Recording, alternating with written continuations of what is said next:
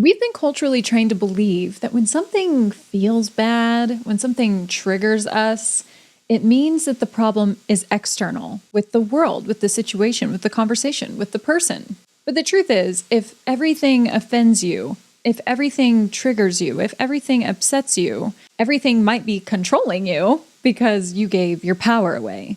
And there's only one common denominator in all of the various situations. So let's talk about the victim mentality. Welcome to the Inheritance Podcast. No one likes to hear the harsh reality, but honestly, that's the thing that does the most good for us. And it's the thing that's healing. And it's the thing that gives us the keys back to drive the vehicle of our lives and take control of the only life that we have to live. If no one has said this to you up until now, then allow me, your big sister, to say it to you. And it comes from a place of love, even though sometimes it sucks to hear. Every time you say, they made me feel that way, you hand over your script, your life story, and you let someone else write it. You're more in control than you've been told. But in order to really take that power back in a healthy way, you first have to wake up to who's been influencing your narrative. You're the author of your own story, but maybe there have been some voices that have been influencing the words that you pen to paper. One thing that I've been really itching to talk about here on the Inheritance Podcast is the victim mentality. And I do feel like in little spurts here and there, I've discussed it from like a personal experience. I talk about how I went through an identity crisis and how I lost my business and how I kind of just like pointed the finger at every external thing that was happening in my life as to kind of like make a way to justify the fact that I was the victim in all of this. It didn't really do anything for me. And so I know that I've spoken about this a little bit here and there. I don't feel like I've had the opportunity to dive into what this is and where it comes from and why it's so unhealthy to live in this place where you believe that you're the victim of your own life. And I'm just so desperate to shake people awake. What is the victim mentality and where does it even come from? And the first thing I want to say is that blame is addictive. We have kind of been like indoctrinated to kind of point the finger at other people. And the reason why that it feels so good to not have to take accountability for our lives and our decisions and our failures and all that stuff is because when we do, there is an element of, I don't want to say shame. I don't feel like shame comes with the best connotations, but at the same time, I do feel like there's a good thing that shame has in terms of conviction. Like when we make a bad decision, when we make a poor call, when we move our lives in a direction that ends up being like, oh, that wasn't for me, and there's some regret to it, I don't think there's anything wrong with having a little bit of conviction or maybe a little bit of shame. Not that it's attached to our self-worth. That's the bad kind of shame. When you say like, I am a failure, I'm not talking about that. I mean in the sense of like, I messed up and the feelings that come with that. The reason why blame is so addictive is because it gives you like a free pass to push all of the responsibility and the accountability of the decisions that we make and the failures that are on our hands and all of the things that come with like a screw up. We don't have to take accountability for it. So of course it just kind of just strokes our ego and kicks the can further down the road where we eventually are going to have a culmination of a lot of failures and a lot of regrets that somebody else is going to hold us accountable for, because a lot of people don't want to be accountable for their own failures, but you can be sure as crap they're going to hold you accountable for yours. That's what I mean by blame is addictive. And it's kind of like becoming really popular for people just like, oh, it's the government's problem. Oh, it's my parents' problem. It's my trauma. All that it does is it removes the responsibility for our life turning out the way that it has from us, and it puts it on someone else. And there's nothing that we are obligated to fix. And it just becomes someone else's problem. It feels good because it's like, there's no conviction. There's nothing for me to feel sorry for other than myself. I just get pity and I have somebody say like, oh, I'm so sorry that happened to you. And I mean, who doesn't love to just like be validated all of the time? But like, what does that fix down the road? So that's what I mean by blame is addictive, but at the same time, it's powerless. It doesn't do anything for you. Victim thinking feels safe. It absolves you of responsibility. But there are times where taking accountability for something feels too painful. And so then just doing this is like, oh, This is better than taking responsibility. So I'll just go get my hug from the corner of the room and say, it's your fault, which I feel like is a very universal experience. We're going to kind of like talk about the victim mentality, break down some of the manifestations of it and kind of what it looks like in people. So we're going to just break down a couple examples of this. So every time you say, I can't because, and you make an excuse, you just build a cage around your mind, but you also build a cage around your story. And you kind of create an obstacle or a barrier that now that you have to overcome mentally and emotionally and maybe other ways to achieve the dream that you have in your heart. Just shy, and I'm always going to be like this, and I always have been like this. Like, okay, well, you can believe that as long as you want, and that will always be a barrier to your dreams as long as you continue to perpetuate that narrative.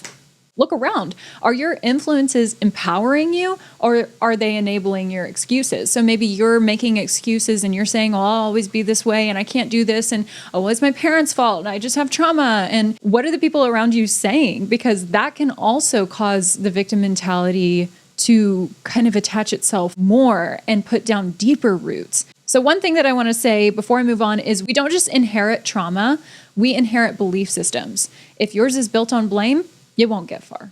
So what are some behavior patterns that reflect these belief systems that are toxic and they're not helping you and they're holding you back that maybe you don't realize you have? Let's talk about the complaining loop, which is emotional autopilot. Daily complaints are not just venting, they're programming. If you've had any sort of like therapy at all, or if you've taken like a psychology course, they kind of talk a little bit about neural pathways, and we've spoken about that in previous episodes. And there is a study on how your thought patterns and the things that happen to you create behaviors, and those behaviors create patterns in your life, and then those patterns can become like beliefs, and then those beliefs can become like core beliefs.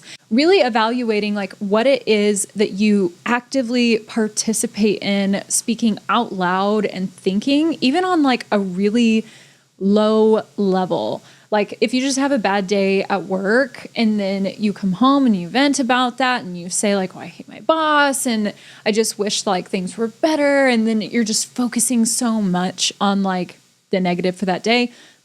It's one day. Maybe it's not that big of a deal. But like say you have another bad day and then you start to like really focus on the negativity. And it all comes down to the fact that the more that you focus your energy towards this thing that is happening or towards these things that you're thinking, or maybe like external influencers, like friends or family, they're doing these things, they're complaining, and it's like shifting your focus to where you're seeing all of this negativity. And then you start to like also perpetuate it in what you say out loud and what you think.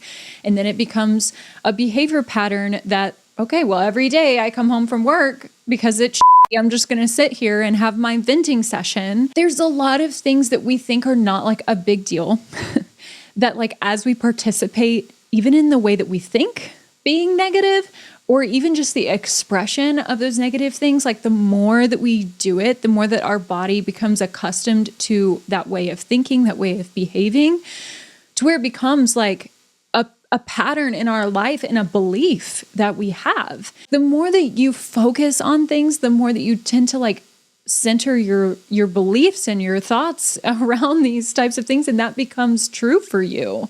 A lot of times when we are living a life that we're not too thrilled about, or we're not like loving where we are, we're not loving the things that we say out loud, we're not loving the way that like life makes us feel, you often can backtrack to the things that you have said about yourself, said about your environment, said about your family and friends, or the people that are closest to you, said about your job, the things that you're saying out loud and believing and thinking and ruminating on. You can often backtrack to those things and kind of hold that up to the actual like dream life that you want and see the discrepancies and be like, oh, it may not actually be that my life is really just as bad as it is. It may just be that these are the things that I'm just so focused on. And this may be really hard for people to hear, but I do feel like a lot of miserable people just have a thought problem. Your subconscious is always listening, and it builds what you repeat. And so, as I've said before, I've already spoken about this at length in other episodes, so we're not going to linger on it, but you need to be aware of the fact that complaining in the complaining loop is emotional autopilot, and you're not in control of anything. You've kind of just surrendered yourself to your environment. You've surrendered yourself to whoever is influencing you. There's nothing healthy that's ever going to come from that. If you believe that life sucks, your brain will find proof. It's actual neuroscience. What you look for, I've said this in so many episodes, and I say this to so many of my friends, like what you look for, you can find. And it's easy. It's just a matter of like focusing your eyes on whatever it is you want to find. If you want to believe that life genuinely sucks, like, yes, you can find evidence for that. But if you want to believe that life is beautiful, you can find just as much evidence, if not more, for that. I like to think of it as like when you have a camera and you're shooting like out in this landscape, in this beautiful open space, there's so much that you can focus that lens on to find. It's just a matter of focusing that lens to something just as much as if I wanted to focus the lens on like the whole picture or like the small picture, you know, zooming in on something and having something in focus where everything else in the background is out of focus. You can do that with your life. Just look somewhere else. If all you're seeing is depravity and all you're seeing is hopelessness and all you're feeling is depression and all that you're feeling is like life isn't worth it and there's no point in me trying. I'm just a failure. I'll always be this way, blah, blah, blah. Obviously, you're only thinking in one frame of mind and you're so much more complex than that. Shift your mind out of that just for like one day. Just try it. Just try to find the good. Try to find, like, I love the burnt toast theory. There's a burnt toast theory that basically is like, oh, okay, in the morning you're making your breakfast and you accidentally burn your toast. It makes you late for work. But when you're late for work, you end up avoiding a car accident that happened a couple minutes, seconds prior to you leaving the house because you were running late. Or the burnt toast theory, you burn your toast in the morning, you're getting ready for work, and then at the office, you end up colliding with somebody that you don't normally cross paths with because you enter in the building at different times, and that person becomes your next best friend or whatever. And it's kind of similar to like the butterfly effect, but like the burnt toast theory is when life inconveniences you. A lot of people, because they're looking for the bad, they're only going to find the bad, but there's a lot of good in the bad. I have experienced it firsthand, and specifically the car accident example. My husband and I were trying to get ready to go out to dinner, and we were going to take our dog for a walk. We could not find her harness. We could not find her leash. I was exhausted. I had had a long week of work. I was hungry, so I'm like borderline hangry. And it took us like 5 extra minutes of just we were like flipping the house upside down. I couldn't find my keys. It was like multiple things I couldn't find. I was getting really frustrated. But we found everything. Crisis averted. Everyone gets to the car. On our way to the place we were going to go, there was an accident that had happened, I kid you not, maybe 60 seconds prior to us pulling up to the light. Both cars were totaled. Everyone was fine. No one was hurt. But I remember like feeling so inconvenienced and just like, we need to go. And I am that type of person. I'm a type A. I'm very like, I like to stay on a timeline and a schedule, and I like to be on time. I hate being late. Stresses me out. I remember as we got in the car, like I was relieved we found everything, but I just was still coming down from my frustration of like, even those little inconveniences of life, you know? And we pull up to this light, we see the accident, and I audibly gasp, and I felt like the ping in my heart, that check in my gut where it was like, this is what the burnt toast theory is. Anybody who's not looking for those things, all they could see is the inconvenience, and then they would dismiss other things. They would dismiss the accident that they missed. They would dismiss the person that they ended up meeting or whatever. And just continue to focus on the inconveniences of life. Like, oh, life sucks, life sucks, life sucks. I'm late, I'm frustrated. Now I've sweat through my clothes. I sweat when I get stressed. Rather than being like, oh, wow, whatever you look for in life, you can find it 100%. But there's so much good even in the bad. And if all you're looking for is bad, I feel like you're missing out on the actual reason why we're even here and living and the beauty and the value of that. You're not cursed. You're just consistent in the wrong direction. Refocus your lens, refocus your eyes, refocus your mind. Let's talk a little bit about how things trigger us. And I'm just going to say this, not everything that upsets you is a trauma response. I get really frustrated, especially on social media. My business is very social media related. And so I find myself a lot on social media for work and research and, studying the algorithm and all that stuff. And it is so funny how trauma is like a buzzword. And I feel like it's misused. No, I don't feel that way. It is misused. Some things are just uncomfortable. You know what freaking sucks? Being called out on your being called out on your BS. It's uncomfortable. It's not traumatic. Nobody's adding you. No one is like trying to just drag you through the mud for nothing. Like, no, it just is. There are aspects of life that are just uncomfortable, whether it's true or not, or right or not, or whatever. Like, life is never going to be perfect. It's never just going to be rainbows and butterflies, especially if you're married. You know what I'm talking about. Like, life just has its elements of being difficult, but it's not traumatizing. I don't think I can stand it much longer, which is why I'm here recording this podcast. Like, it is not doing anything for you to just like perpetuate this narrative of like, oh, that was just traumatic. It was just trauma. Now we have to go to our therapist and talk about it for an hour. Like, I mean, listen, if that's what you want to do, great. I definitely think the therapists these days are like raking it in. Being emotionally fragile doesn't make you deep. It makes you dependent. If you are thin-skinned and you just find yourself like getting offended because some stranger on the internet said something about an aspect of life that you care about, you find yourself getting offended by it, you find yourself like triggered or whatever, I feel like that is a you problem. I have had myself get into like online feuds with people. Yes, I do it. I don't do it for myself. I do it for my friends and my family. But at the end of the day, like, I end up being the one that's in the wrong because everyone is allowed to have opinions. I've also said this on other podcasts. Everyone is allowed to have an opinion. Everyone is allowed to express that. That's why we live in the great country of the USA. There's freedom that comes with that. Does that mean that everybody's going to say what you want them to say? No, not everybody's going to agree with you. Not everybody's going to see eye to eye. And yes, that is uncomfortable. Maybe in the early stages of like figuring out how to have thicker skin, you're just going to have to cry it out. You're going to have to look at yourself in the mirror and understand that your self-worth does not come from the internet. Your self-worth does not come from other people agreeing with you. And I understand I'm kind of like blazing through this really fast. I have spoken at length about a lot of these elements in previous episodes. So please, if you feel like I'm kind of glossing over stuff, go listen to the other podcasts that dive into self-worth and identity and power of your mind and all of that stuff. It's going to take time to overcome, being hurt by people who are not so nice. But like, you can't just expect the entire world to live for you. There's just people in my life, they kind of just live with that mentality in mind that like everyone should have the same beliefs and they get upset when people don't and all that stuff. And I just say like, oh, well, it's your world and we're all just living in it. That's just not the case. We all have our own lives to live. We all are going to have different opinions because we come from different backgrounds. We come from different influences. We come from different belief systems.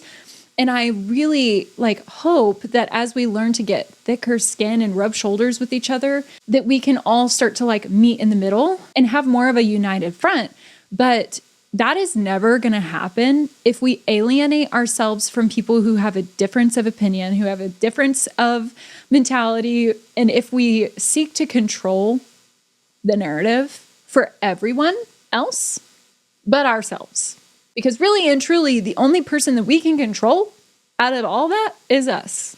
And that's what sucks is there are going to be people who disagree with you. There are going to be people who insult you. I was bullied all through school. I have never been immune to mean people and haters and hate comments. And that's just been a part of my journey. You're never going to escape a difference of opinion in people. And how do you deal with that? Well, you learn to just understand that your self-worth does not come from an external thing.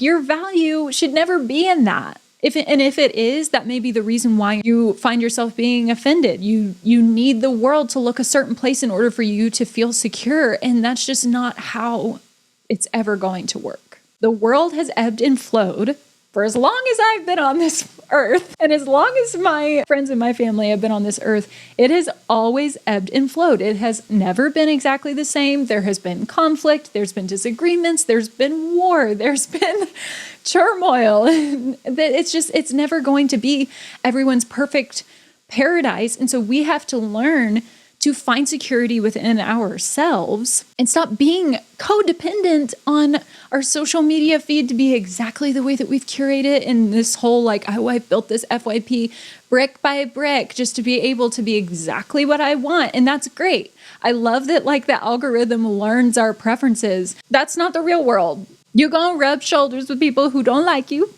You're going to rub shoulders with people who have different political opinions. You're going to rub shoulders with people who have different religious beliefs or none at all or whatever. And you have to learn that you are more valuable than the need for everything to look exactly how you think it should. Because honestly, even if the world looked exactly the way that I think it should, it would not be, in my opinion, what I truly think is the best version of it, because I'm a finite person. I'm an immature person. I still have things I'm working out. I still have immaturities that I'm dealing with that I'm trying to overcome.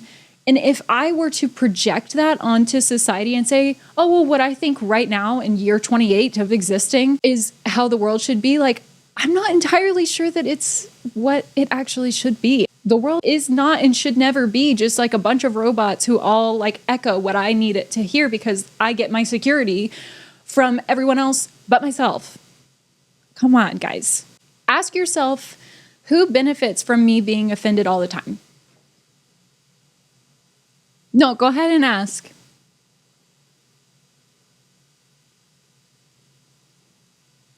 I hope that was therapeutic. The answer is not you. No, actually, like, I don't think anyone benefits from you being offended all the time. I had to learn this the hard way. And it came from this awesome thing called marriage. Out of the two of us, me and my husband, I was the more emotionally fragile, the more insecure. And my husband, and I love him. He is actually the very best thing that ever happened to me in my life. And I say that with all sincerity. We just celebrated our 4th anniversary. My husband is kind of just like a black and white type guy. And he, early on in our marriage, would just kind of like say the first thing that came to his mind. And he's not a malicious person. Like he would just, that was just his way of expressing himself. Some of the things that he says are just not serious. But I took everything, like I was very like heavy, deep conversation. Everything is an emotional thing. And there's like deeper meanings, double meanings to things. A lot of times he would say things and it felt like very offhanded in a way that also felt backhanded. And so we would get into arguments where he was just like lost. What did I do? I don't even know what I said. And I would be like, how could you forget? You just said it 5 minutes ago. Oh, it's just like a knife wound in my heart. I literally was the most dramatic person ever. And now I think of this stuff and I'm like, he has taught me that not everything is serious. And as we've been together longer and we've had these conversations and I've gotten to know him better, and I've really taken a hard look at myself and been like, why is it that everything that he says hurts me? The more that I realized I put a lot of my self-worth and value in what I believed his opinions were about me, whether or not those actually were his opinions, I almost projected my lack of self-worth onto him. And then every time he would say something, I would read into it. And so I would just live offended at my husband for things he never said, for things he never did, because I had a self-worth problem. And that's what I mean. Like, who is being benefited by you being offended all the time? If it's not everyone else and it's not you, why in the hell are we not growing past this and actually addressing the core issue? That we project our insecurities and our fears, and we project our lack of self-worth and our false core beliefs about ourselves and our futures and all this. We project it onto the world around us, and then we get mad when those things are just mirrored back to us, when we're the ones projecting them. Sensitivity without accountability is just emotional entitlement. And that is the harsh reality of exactly what I was doing in my marriage with my husband. Was I was just being sensitive. And then when we would sit in counseling and they would say like, you kind of just need to have some grace, I had to take accountability for the fact that like I was creating a narrative that wasn't there out of my own issues. And it was causing me to feel emotionally entitled to every apology from him, to every time that he would take responsibility, like it would kind of stroke that ego.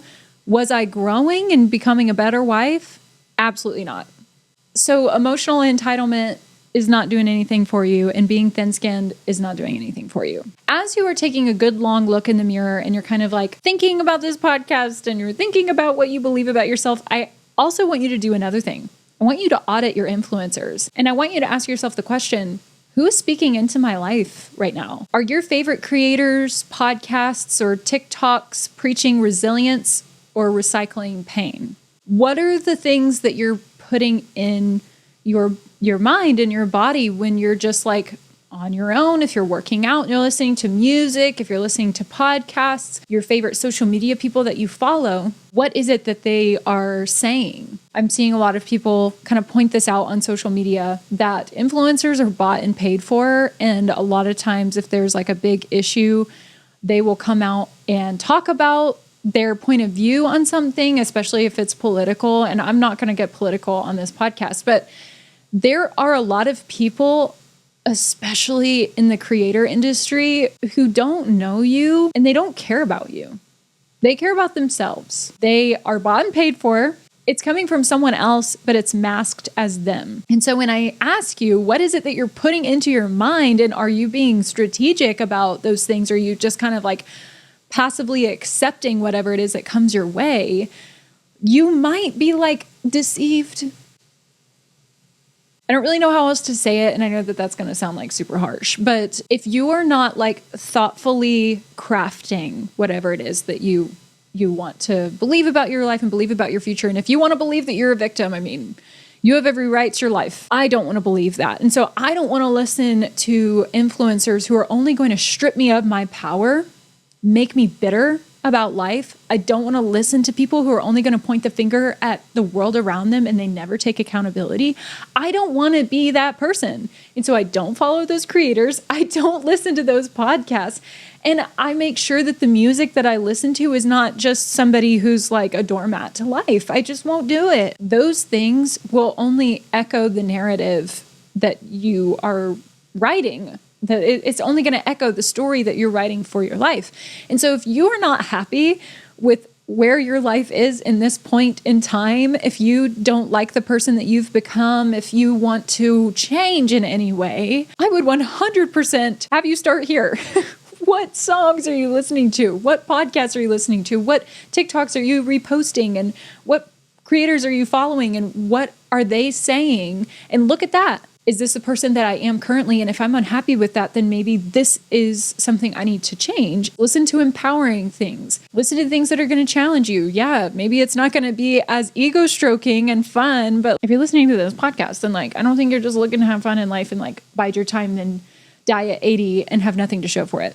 On another note, you are who you listen to. And if you are a Christian, if you read the Bible in any aspect, there's a scripture that says you become like those you hang around. I remember when I first read that scripture and I heard it, it really affected me. I took that originally and interpreted it to mean I should only hang out with Christians and like-minded people. And boy, was I wrong. I've hung out with Christians who are gossipers, they are haters, they backbite, they're mean, and all just because they were Christian. I was like, oh yeah, they're going to be my friends because that's what the Bible says. No, I didn't want to be that person, but it's so true when it says you become like those you hang around. So you become, bitter if you're hanging around people who are just freaking bitter about life. You become angry if you hang around people who are just angry at life. You'll start to mirror the beliefs and the thought patterns and the behaviors of the people that you spend the most time with. And so when I took a good long look at my Christian friends and was like, maybe, yes, they believe in God, but like they're not emulating the beliefs and they're not emulating the behaviors of a person that I want to become. I don't want to be a gossiper. I don't want to be a hater. I don't want to be a bully. I don't want to be somebody who just like says like, yes, I am going to heaven because I believe in Jesus, but I'm going to do jack shit with my life and sit on this chair and never grow and never take accountability. I didn't want those friends, so I ditched them. And I know that that's like kind of harsh, but like it has nothing to do with the surface level things. I would say take a good long look at the type of people and the life that they're living and the trajectory that they're on, and ask yourself, who are these people and do I want to be like them? Because the longer I hang out with them, the more I'm going to become like them. I'm going to think like them.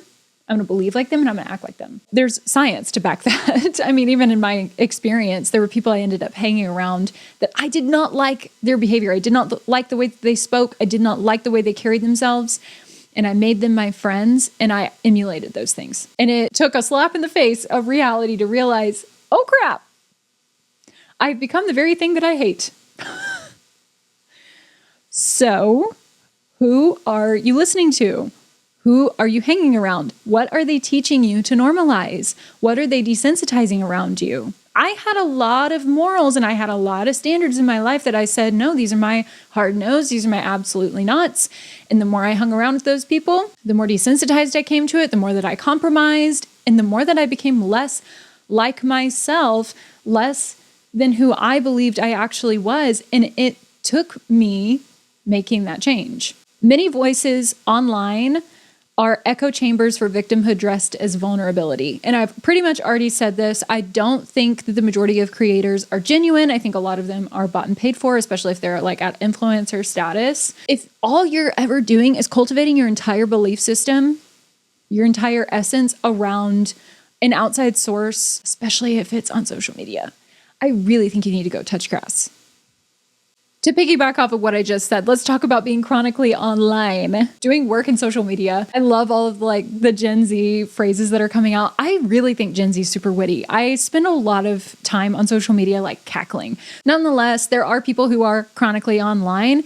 And in essence, with that comes with the shrink of your worldview. Go touch grass isn't just a meme. It's medicine. What does that mean? I know there's going to be a lot of people who maybe are not on TikTok. I am also chronically online because my job requires it. But if you've never heard that phrase, it basically means, hey, put your phone down, get off the internet, go outside and disconnect from this entire reality, virtual reality that you have connected your entire being to, that you forgot, there's a world outside your window. There is actual statistical evidence that talks about how being in the sun is a vitamin that our bodies need. It's vitamin D. And my mom and I always make the joke, we need our happy vitamin, which is vitamin D. You get it from being in the sun. You get it from being outside. And the more that you hide away inside and you stay on your phone, I mean, like I said, bad news, you can find it, wherever you look, but especially online on the news, on the internet. If you had any sort of background in journalism, you know that if it bleeds, it leads, which essentially means that scandal is very popular and it's it attracts people. And so that's the reason why if you get on social media and you're just scrolling on any feed, there's always going to be this new scandal. There's going to be this new bad thing that's happening. And it's happening so much, and journalists focus on it so much that you don't even have to go look for it. It finds you. When you hide away on your phone and you're just scrolling, all of that negativity will find you. And I do think you can curate your feed a little bit, but just neglecting to go outside, neglecting to get your happy vitamin, neglecting to just enter back into the one life that you have to live instead of living vicariously through a bunch of people you've never even met online. That's where depression comes from. That's where feeling like you've wasted your days away and wasted your life, and you end up comparing yourself to these creators who are out there making money, making these videos and vlogging these things and saying these things. You compare yourself to them. If we would just get off our phones and go outside, we would actually discover the beauty of who we are, and we wouldn't need external validation. I find it absolutely mind-boggling that businesses now have such an emphasis on followers that it's almost monetary. Oh, how many followers do you have equals how much money do you have in the bank? Followers on social media somehow validates your contribution to society and your contribution to your life and your loved ones and your friends. Really? I also am of the mind that money doesn't make you a better person. I do think that all of our value comes from within, but it's just crazy that people get so wrapped up in, well, how many followers do I have? And, oh, this only got 200 views and it only got a couple likes. We will sit in our rooms and cry that only 200 people saw our video and only 10 people liked it, because that's a reflection of how other people don't value us. We have been completely diminished as a species to think that a bunch of randos on social media somehow make us worthy or not. That's what I mean by like your worldview has just shrunk. It's shrunk to the size of your phone screen. There is a whole planet out there, and yet your value is this small. I love what social media has done for our society in terms of making information more accessible. I love that TikTok has taken off and it's a little bit more of an accurate news source because it's organic reporting. I do love that. I love that information is more accessible. I love that there's more people that I can talk to from across the world with my device. I love that connection is always there.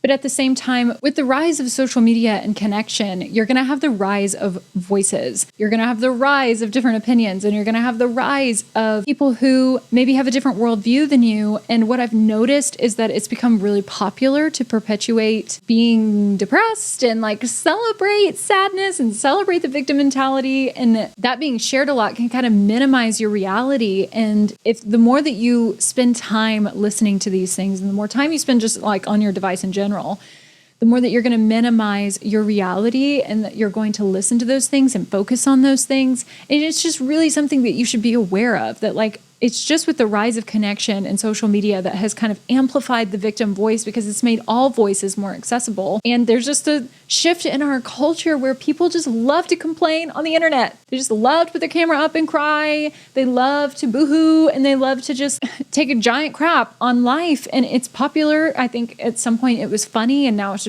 just become like a shift in our culture where a lot of people just love to be upset that life just isn't what they want. And so the more that you pay attention to that voice on social media, the more that your options in real life and the more that your like actual opportunities in real life are going to shrink because it's what you're giving your time and your attention to. So keep in mind, you're absorbing hundreds of narratives per day that teach you that life is unfair, everyone's out to get you, feeling bad is a permanent identity, that money is scarce and gatekeeping is normal, all this stuff.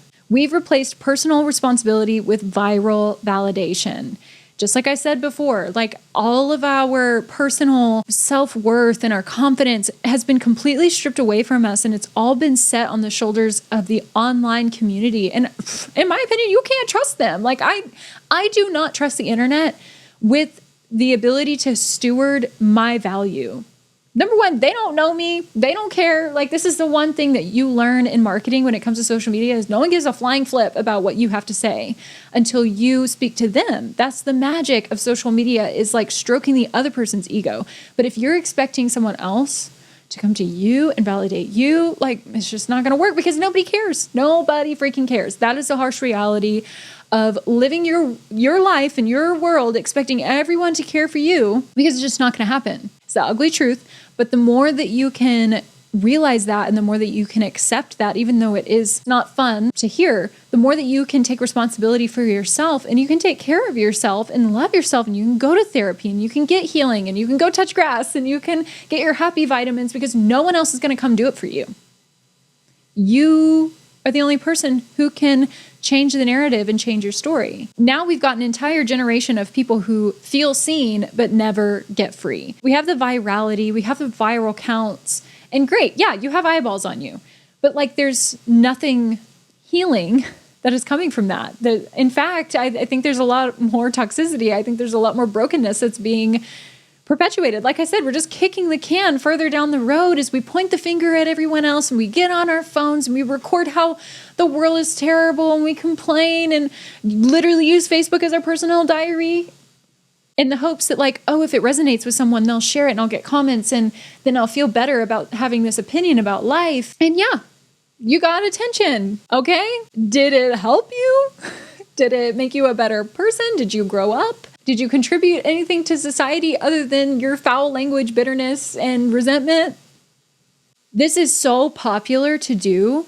It's so trendy to do. Everybody feels the need to share their opinions. I said this before, like everybody has opinions like they have butts. Like it's not unique. Because I'm mad that the world looks like this, I'm going to set my phone up and I'm going to complain or I'm going to go complain every single day when I come home from work because I don't like this job, but I don't want to take accountability in the fact that I could change it. I could quit. Sure, that would be difficult, but it's like choose your freaking hard. Do you want to stay in an environment that you don't like and then just continue to complain about it and then lay down and be the doormat for your life and then just say that you're a victim? Or do you want to freaking quit, go back to school or get a different job, put yourself through school, start a business, do something to change your life because no one is coming to save you? Like, choose your hard. One's hard is staying at the job that you hate and then making your life miserable because all you do is complain and you focus on the negative. And one is hard in terms of the fact that you could quit, go get a different job. Sure, it's going to be uncomfortable. You start a business. Yes, it's going to be uncomfortable. It's going to be difficult. Choose your hard. Same thing with marriage. Yes, it's hard at times. I've freaking been there. I've gone through counseling. I've sat my ass on people's couches and I've bawled my eyes out and I left angry because I didn't feel heard, but I put in the work because it was either that or divorce. And that would be freaking hard. It would be hard to divorce. And I'm not saying that like, oh, you should stay in an abusive relationship that you don't want to be in. I'm not saying that. But like, pick. You can't just like stay in the in-between and then just whine and complain and expect some person to come in here and fix it for you. It's not going to happen. And putting your phone up and recording a video or going to your friends and bitching and moaning about it again for like the umpteenth time, thinking that it's just going to make you feel better, isn't going to do anything either. You're just going to continue to write the same damn story. And then you're going to get mad that 5 years, 10 years, 15 years down the road, your life looks the same. You put the pen to the paper. You're writing it. If you complain and this is what you do and this is the narrative that you perpetuate and this is the stuff that you echo, that's the pen you're putting to paper and it is the story you're writing. So yeah, you get attention, but attention isn't going to heal you. Likes are not going to heal you. Comments are not going to heal you. What is going to heal you is taking a good long look in the mirror and saying, I'm better than this. I'm more valuable than this. The people that are surrounding me are not helping me. They are not the people I want to be. Maybe I need to take my power back and change some things. Now that I'm off that tangent, we're going to talk about some post-2020 data statistics, because with the rise of social media, when everything shut down, the pandemic happened and everyone locked themselves in their houses, there was a big change in kind of like this whole issue. So we saw huge spikes in depression and anxiety, a surge in identity confusion, and rising dependence on online validation to feel real. Do I think that social media has kind of been a problem for a while? Yes. Do I think that the pandemic kind of emphasized those fundamental problems? Yes. I don't think that it's not a universal experience for everyone to inherently struggle with where to put their value and whose hands to put it in.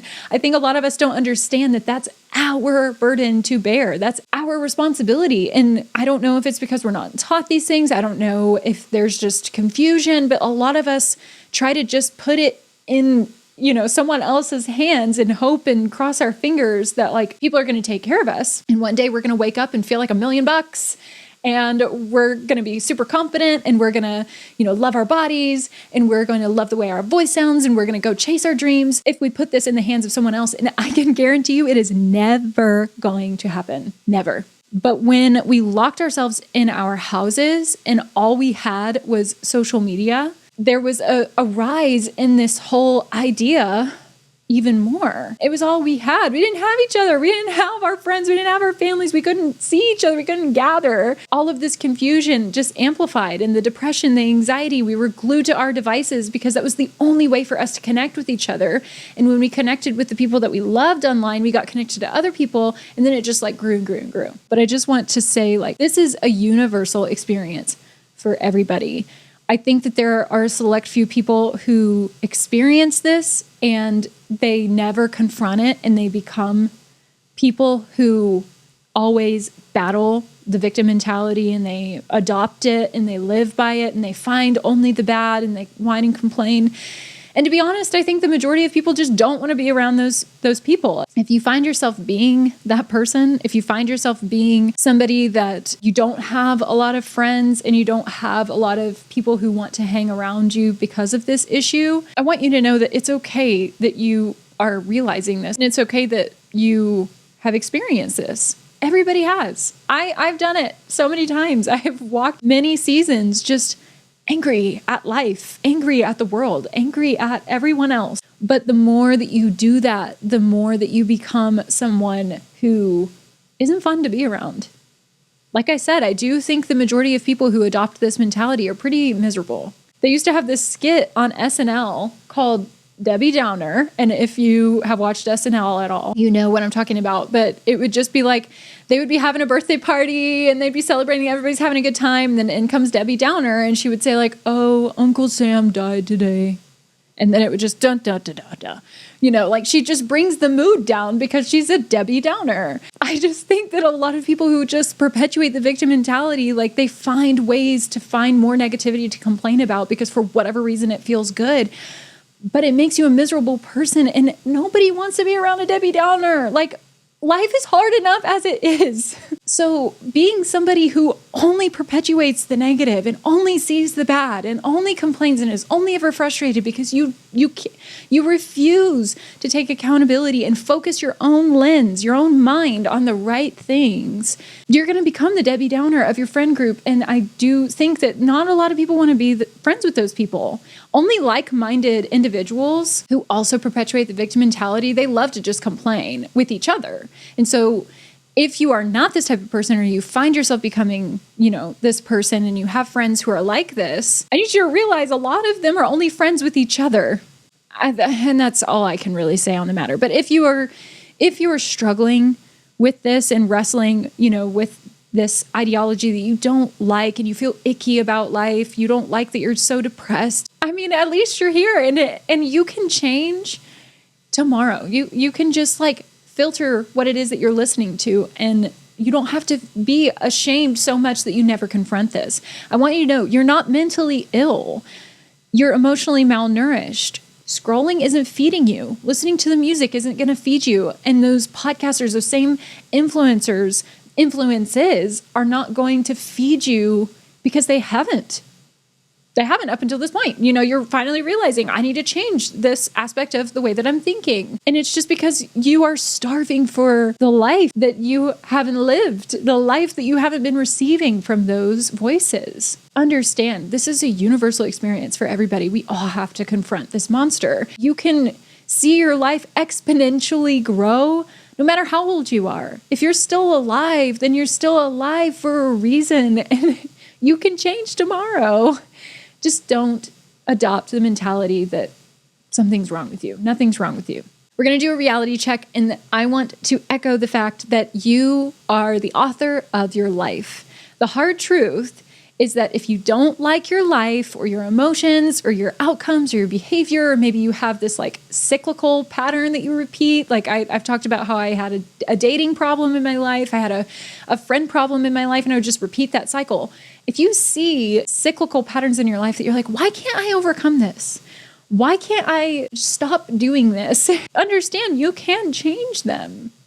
You can. I changed my patterns. I broke the cycle, but it was me. You can break the cycles. You can change your life, but it's you. And it starts with a decision to take the pen that you've been writing your story, take it back. Because with the victim mentality, with the blaming narrative, and with, believing that everyone else is the problem and everyone else is the reason why I'm miserable, you give your power away. You give your pen away. You give the script away. And you just say, I'll just let the world tell it. You become the byproduct of the atmosphere that you're in. But it can change. Just you take the pen back. What is it that you want to write? What story do you want to write? What person do you want to become? What life do you want to live? So you need to know you're not broken. There's nothing wrong with you. You're just untrained in emotional ownership. And it's a muscle. It is hard. It's like if I were to go to the gym and try and build a ton of muscle, that would take an immense amount of effort. But the more that I do it, the more familiar it's going to become, and the stronger I'm going to get, and the thicker of skin I'm going to have. And the more I'm going to be able to take a joke, the more that I'm going to be unoffendable. And I have a lot of pride in the work that I have put into being unoffendable. I have a lot of pride in the fact that my husband and I, after 4 years of marriage, I can take a joke. I've grown thicker skin. I've taken ownership of my emotions. I've taken ownership of my thoughts. And it's made our relationship sweeter. It's made our lives together better. But I do believe that that's a universal experience for our relationships with life. If you are going to start doing this and you're feeling like, ugh, this is tough. You don't have to feel good to start doing this. It is going to be emotional. It is going to be difficult. But you just need to stop giving your power to things that don't deserve it. I honestly think that no one deserves to have your power other than you. No one is going to write your story other than you. You are the only person that needs to hold that and be accountable for it and responsible for it, because you're the only person who can steward it well. So we're going to talk about how to reclaim control and rewrite your story. So first, we're going to take the offense audit. What triggers me? And then you're going to write it down. Now ask, what is this really about?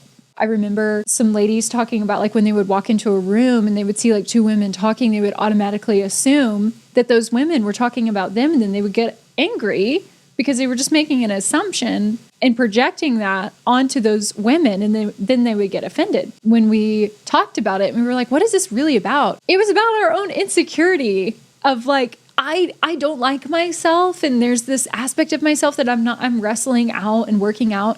And then I would come into a room and project that onto other people and say that they see it too and they hate it. And what it really was it was insecurity and it was fear, which honestly, insecurity is fear. It's just fear of like, do they see me the way that I see myself? Do they believe what I believe about myself? And the same can be said of when certain political things or the world things just really trigger us and really offend us.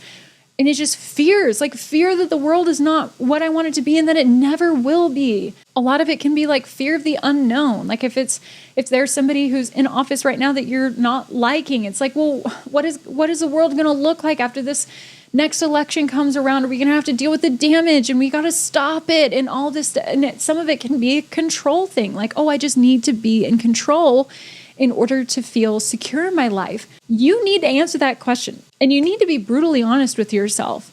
Do I have a fear problem? Is my fear running out of control, and am I putting that on the world around me, and then it's running rampant in my mind?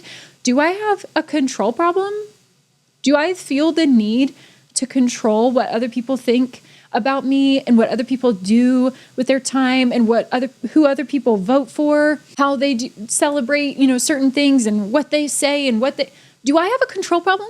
Because I'm insecure in the way that life feels when it's out of control, when it's in chaos. And you need to be honest with yourself. Just the brutal honesty in and of itself can be extremely revelatory and healing. Now we're going to do step 2, which is unfollow the noise. So you're going to cut off voices that echo weakness, blame, or helplessness, even if they're relatable. And that is huge. You may agree with how that person views the world or views their situation because it feels similar to yours. And yeah, it may be relatable, but if it's only perpetuating the same narrative where we blame shift and we adapt the victim mentality and we do all of these things where there's no personal accountability, then it's not helping you. Yes, it's going to feel relatable. And yes, you're going to be like, that's true. But is it really?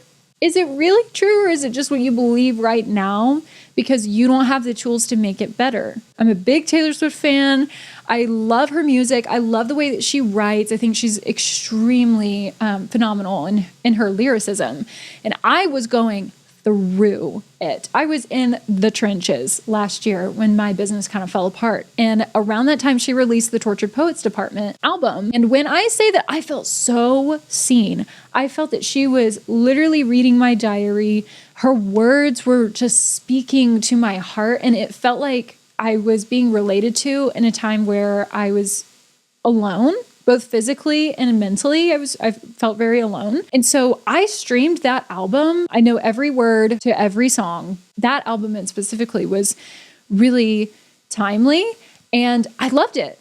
But at the same time, the album is called The Tortured Poets Department. And a lot of the themes in that album were themes of depression, of self-harm, themes of just helplessness and hopelessness, all of those things that I was at the time dealing with. And the more that I listened to it, even though it was relatable, and the more that I leaned into that, the more I felt those things. And the more that I found those things in my situation, and the angrier I got, the more bitter I got, and the more tears I shed, even though it was like validating, it just wasn't helping me. And I literally remember one day I was listening to it because I was just having another rough day out of like all of the days. And I just was like, this isn't doing me any favors. I love this album. I love this artist. And I do think that it was validating, but it just wasn't healing. And so I turned it off. For, I don't know, I think like 3 straight months, I stopped listening to her altogether. I stopped listening to music, honestly, in general. And I started listening to podcasters and YouTubers that were living the life that I wanted. And I changed my life literally in like 2 months. I lost one job, changed what I was listening to, changed what I was leaning into and believing. And even though it was relatable, and in 2 months, I had a whole new career.